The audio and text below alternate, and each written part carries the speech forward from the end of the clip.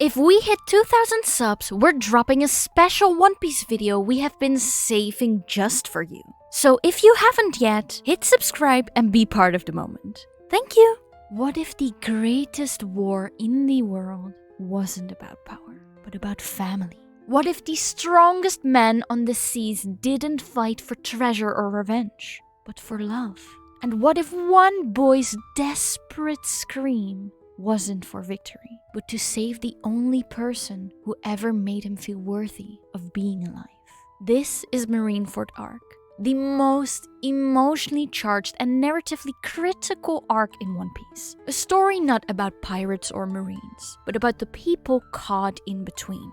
A war not for gold or glory, but for what it matters most: love, family, and sacrifice. I'll be reviewing Marineford Arc and share my thoughts while reading One Piece for the first time, since the experience while reading is, in my opinion, completely different than watching the anime. So welcome to Marineford, written and illustrated by Eiichiro Oda. Currently in the world of One Piece, Sanji ends up on Kamabaka Kingdom, a place full of aggressive Okama. For him, it's a nightmare, and he's desperate to escape before he loses himself. Robin is sent to Tequila Wolf, a harsh country where people are forced to build a massive bridge. She's treated as a slave, until the revolutionary army arrives to save her. Frankie lands on a cold island filled with wild robot animals. While running for his life, he finds the childhood home of the brilliant scientist Vegapunk and starts learning powerful new tech. And Usopp is sent to a strange island full of giant food. With help from a warrior named Heracles, he faces his fear of being alone and learns to grow stronger. Marineford Arc, chapters 550 to 580.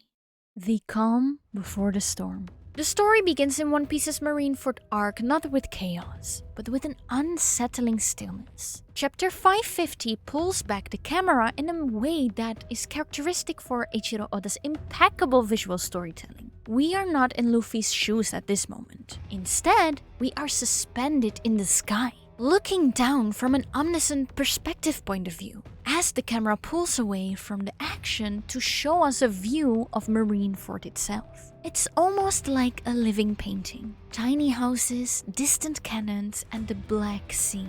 Each element breathing life into a setting that feels grand, foreboding, and expansive. The imagery here serves more than an aesthetic purpose. It sets the tone for the entire arc. Marineford, encircled by 50 warships, is not just a battleground.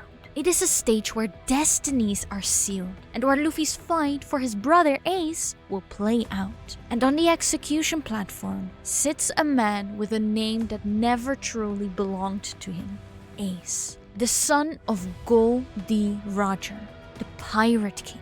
A man who spent his entire life running from a legacy that marked him as a living curse. What starts as a seemingly quiet moment with a camera pulling away and setting the scene turns into the beginning of one of the most intense and emotional battles in manga history. And from the very first page, we are reminded that Marineford Arc is simply not about pirates fighting marines or about conquering power. It's about the weight of legacy, the pursuit of redemption, and the power of family bonds. It is a war that is not fought for treasure or glory, but for the very core of human connection. Did you know that during the Marineford Arc, Oda was only getting 2 to 3 hours sleep at night? In a 2012 Men's Non-No interview, his assistant shared how intense the time was. Oda was pushing himself beyond limits. Because of the arc's massive scale and countless characters, he had to draw more panels than usual per chapter. Oda later said it had to feel like the end of an era. I wanted every chapter to leave readers speechless, and the emotional weight of the story matched the physical toll it took on him.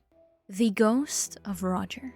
Ace's identity and legacy are the quiet weights that hang over the entire Marineford Arc. The revelation that Ace is the son of Gol D. Roger is the crux of much of the arc's tension. Roger's death, which catalyzed the golden age of pirates, has left behind not just a void of power, but a ripple effect that lingers in the world. Ace was raised in secret by marine hero Garp because even Roger knew that his son's bloodline would be a curse. A dying king's final request to his friend was simple: please take care of him. This moment, the passing of Roger's request to Garp, sets off a cascade of events that will shape the very foundation of the Marineford War. The weight of Roger's legacy is not Ace's burden alone. It is a secret kept by Garp. It is a burden carried by Sengoku. It is a weapon wielded by the world government. But it is also something Whitebeard never asks of Ace. And perhaps it is one of the arc's most important moments. Whitebeard's acceptance of Ace for who he is. Not as the son of a legend, but simply as his son. For Whitebeard, this moment is significant because his legacy, unlike Roger's, was never about establishing a bloodline of heirs or ruling the world. Whitebeard never wanted the title of Pirate King. He didn't care for thrones or treasure. What he sought for was family. A place where orphans, outcasts, and even broken people could find solace and love. His unconditional acceptance of Ace is one of the most moving parts of the arc because it turns the narrative on its head. Where the world saw a curse in Ace's bloodline, Whitebeard saw a son. This moment solidifies Whitebeard's character not as just a titan, but a man who desperately wanted to protect those who he considered family. And in many ways, it sets the emotional tone for the conflict ahead. Marineford is emotionally anchored not by bloodlines or titles, but by chosen family. Oda deliberately shifts the weight of legacy from burden to belonging. And Whitebeard doesn't erase Ace's past. He rewrites his future. Whitebeard, the heart behind the monster. Whitebeard's introduction in the arc is nothing short but spectacular. With a single swing of his Bicento, the ocean itself quakes, and the very foundation of Marineford is rattled. Oda's depiction of Whitebeard is the embodiment of sheer power, a towering figure whose presence is enough to command the seas. He is one of the few characters whose sheer size, both physically and metaphorically, dwarfs all others. And yet, despite his immense strength, Whitebeard's desires are simple and incredibly human. He doesn't want to rule the seas. He doesn't crave power for the power's sake. All he wants is a family, a place where people can truly belong. Whitebeard doesn't lead with tyranny or fear. He leads with fatherhood.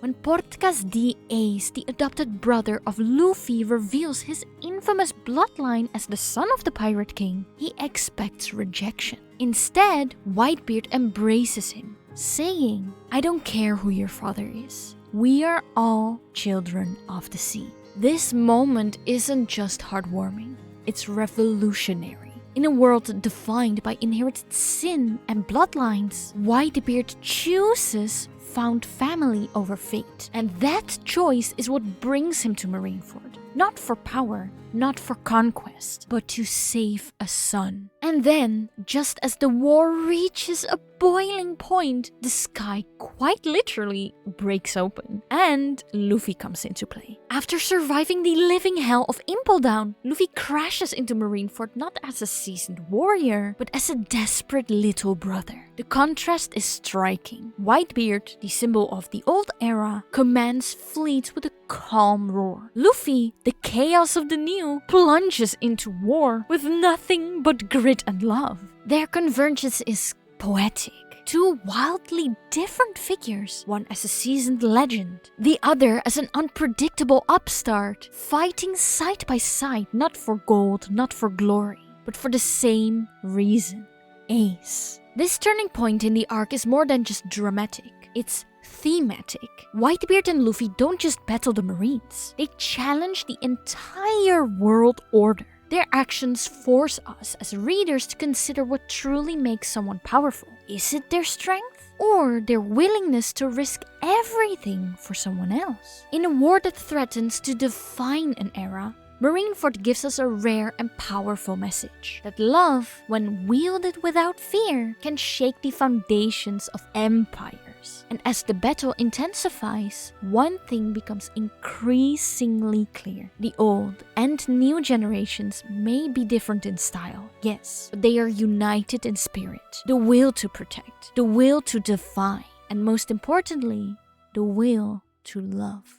Looking at the artistry and panel composition, Marineford stands as a crowning achievement of Eiichiro Oda's visual storytelling. Despite the overwhelming scale, hundreds of characters, chaotic naval battles, and massive environmental destruction, the action never feels incomprehensible. This is largely due to Oda's extraordinary paneling, in my opinion. With the panel composition, Oda uses wide cinematic panels to establish geography. The execution stand looming over the plaza. The endless tides of marines and pirates crashing into each other like waves. He then switches to tight, claustrophobic close-ups. Ace's trembling hands, Whitebeard's bleeding chest, to pull the emotional stakes back into focus. And when critical moments happen, Oda often breaks traditional panel borders entirely, allowing characters to split out into negative space, symbolizing emotional overflow. He also is very aware of dynamic action.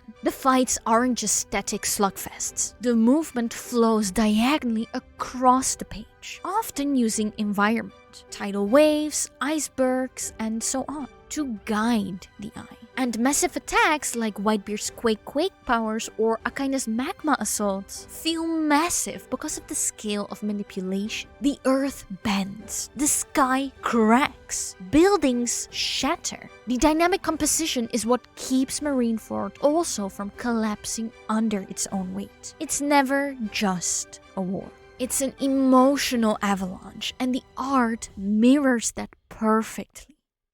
The war that tore the sea apart. Marineford is often referred as a battle arc, but it transcends that. In many ways, it's the philosophical heart of One Piece. The arc where we question what it truly means to be just. The war isn't about pirates fighting the navy. It's about ideals clashing with one another. Doflamingo's chilling question, are pirates evil? Is the navy good? Highlights the moral grayness that runs through the entire arc. In One Piece, justice is never black and white. Justice is not an absolute.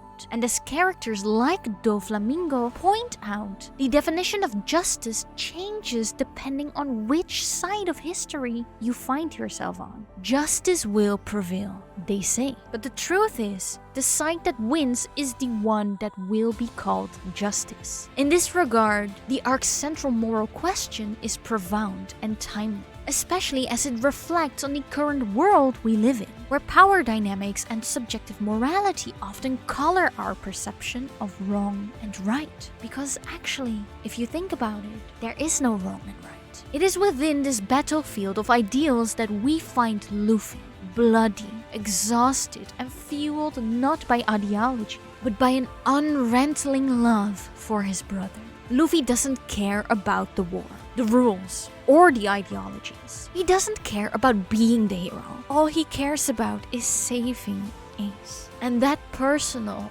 unyielding desire to protect his family is what gives Luffy his true strength. But if Marineford had a flaw, then it's this. The sheer density of characters occasionally threatens to drown the narrative. There are moments, Vista fighting Mihawk, Hancock clashing with the Marines, Buggy's comedic escapades, that sometimes pull focus away from the emotional core. It's nice, and while these vignettes enrich the world, they sometimes do dilute the momentum a bit for me. Secondary battles aren't given the narrative's weight to matter, yet they still occupy precious panel space. It's not a major flaw, and it's not bad. Sometimes I do enjoy it, but a tighter focus, trimming down the side fights, so to say, could have made the emotional gut punches even sharper, in my opinion. Brotherhood. As Luffy enters Marineford, he does so not as a hero, but as a brother. His journey is not about becoming the strongest. It's about showing his unwavering love for Ace, his brother, who needs him more than ever. Luffy's determination is so profound that it seems to defy reason. He breaks his bones, challenges armies, and fights with everything he has to rescue Ace. And in a climatic moment, Luffy unleashes his Conqueror's Haki. He doesn't know what it is. He doesn't even understand what he's doing. But in that instant, his sheer willpower shakes the entire battlefield. It's a breathtaking moment that highlights the raw power of his emotions. His ability to overpower the environment with his will serves as a symbol of the strength he draws from his friends, his crew, and his brother. However, with this incredible force, it's not enough. Luffy's love, no matter how intense, cannot change Ace's fate. And in that heartbreaking moment, we realize the true price of love. The pain of watching someone you cherish slip away, despite your every effort. Ace's death, the flame that will never die. Ace's death is a moment that haunts every fan of One Piece. It's a moment of tragic beauty, of quiet acceptance in the face of inevitable fate. Ace dies protecting Luffy. He doesn't curse the world or scream for vengeance. His last words are simple, yet profound. Thank you for loving me. It's his final moments. Ace, who spent his entire life questioning his own worth, dies knowing that he mattered. He dies knowing that he was loved, not because of his bloodline, but for who he was. This is the emotional core of the Marineford Arc. It's not just about the battles and the strategy again. It's about the human experience, the fragility of life, and the search of meaning. For Luffy, Ace's death marks the shattering of his world. There is no epic speech, no heroic triumph, just silence, just grief. It's a loss that changes Luffy forever, turning him from the carefree pirate into someone who understands the true cost of the journey ahead. Did you know that in the One Piece Blue Deep Characters World interview from 2011, Eiichiro Oda revealed that he cried multiple times while drawing Ace's death? Even though he had planned this scene years in advance, when the time finally came to illustrate it, he was overwhelmed with emotion. Oda said it hit him harder than expected, showing just how deeply he connected with Ace as a character. This wasn't just a plot point, but it was a breaking farewell that even the creator struggled to put on paper. In One Piece, few arcs demonstrate Oda's mastery of long storytelling quite like Marineford. Beneath its explosive action and emotional stakes lies a web of carefully planted foreshadowing, not just within the arc itself, but stretching back across the entire series. From the earliest chapters, we're told inherited will, the swelling of changing times, and the dreams of people. These are things that cannot be stopped. In Marineford, that theme erupts into action. Earlier arcs suddenly paved the way. Consider Enies Lobby the rescue mission, a daring charge to save Robin, paralleling Luffy's desperate rush to save Ace. The identity and mystery of Goldie Roger, teased in hundreds of chapters, suddenly becomes so central. Even Garp's ambiguous role in Water 7 now makes sense in hindsight. These weren't just character quirks. They were slow-burning threads leading here. Marineford itself continues this tradition. A single line, "The world will change after this war," becomes a thesis for what's to come. Moments like Luffy's emotional outburst, a flash of unknown power, or a brief mention of the will of D seem minor at first, until you realize they are game-changing twists. Clues for future arcs are hidden in plain sight, an ability only possible when a story has been plotted with patience and precision. Marineford isn't just a climax. It's actually a mirror reflecting everything that came before, while quietly lighting the path ahead. And for very careful readers, it rewards not just attention, but emotional memory. And this foreshadowing is done right, not as a gimmick, but as design. Quiet, purposeful, and unforgettable. The new era inheriting the will. In many ways, Whitebeard's tragic flaw is his immense love for his family. It's this love that drives him into battle, even knowing the consequences. His acceptance of Ace is one of the most heartwarming moments in the arc. And his death, though tragic, reaffirms his role not as a monster, but as a father. Whitebeard's death stands as a testament to his unwavering will and his belief that family is worth protecting, no matter the cost. However, his death also signals the passing of an era. It's not just the death of a powerful pirate, but the end of a way of life. A passing torch from one generation to the next. And as Whitebeard dies, the world shifts. And the story's main themes of legacy and inheritance take center stage. And yet, despite his death, Whitebeard leaves behind something far more enduring than his physical power. He leaves behind a legacy of love and family, a will that will continue to burn brightly in those who followed him. Whitebeard's death marks the end of an era. His power is stolen by Blackbeard, and the world trembles. Yet, even in the face of this, the will of D persists. The will of D is something that cannot be erased, something that cannot be stolen or destroyed. It is a force that will continue to shape the world, no matter who controls it. This idea is one of the most intriguing aspects of One Piece till this day. The way legacy is passed down, not through blood, but through actions and the choices we make. Marineford isn't just about whether pirates or marines are good or bad.